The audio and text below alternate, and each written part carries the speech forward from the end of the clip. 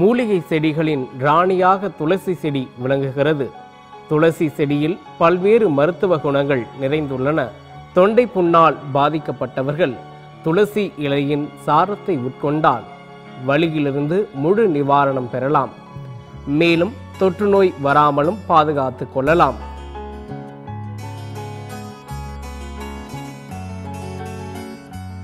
துளசி செடியை சாகுபடி செய்ய May, June, July, August, September, October போன்ற மாதங்கள் ஏற்ற மாதங்களாகும். துளசி செடியை சாகுபடி செய்ய அதிக முதலீடோ பராமரிப்போ இதற்கு தேவைப்படாது. உப்பு தன்மையுடைய மண்ணை தவிர அனைத்து வகை மண்ணிலும் துளசி செடியை பயிர் செய்யலாம். நன்கு உழுத நிலத்தில் 45 சென்டிமீட்டர் இடைவெளி விட்டு துளசி செடியை நடவு செய்ய வேண்டும்.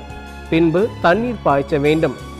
பின்னர் 15 நாட்களுக்கு ஒருமுறை நீர் பாய்ச்சினாலே போதுமானது. 3 மாதத்திற்குள் செடி நன்கு வளர்ந்துவிடும். பின்பு 15 நாட்களுக்கு ஒருமுறை சாகுபடி செய்யலாம்.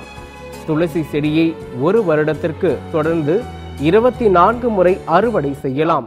நாங்கள் இந்த பயிரை ஒரு 10 வருஷமா பயிர் செய்கிறோம். துளசி பயிரை லாபமான தொழில் தான் இது. இருந்தாலும் ஒரு டைம் விற்கும், ஒரு டைம் விற்காது போயிடும். ஆனால் நஷ்டம் இல்லை. இதால் ஒன்றும் எங்களுக்கு நஷ்டம் இல்லை. விவசாய தொழிலில் ஆர்வம் உள்ளவர்கள் துளசி செடியை சாகுபடி செய்தால் நல்ல வருமானம் ஈட்டலாம்.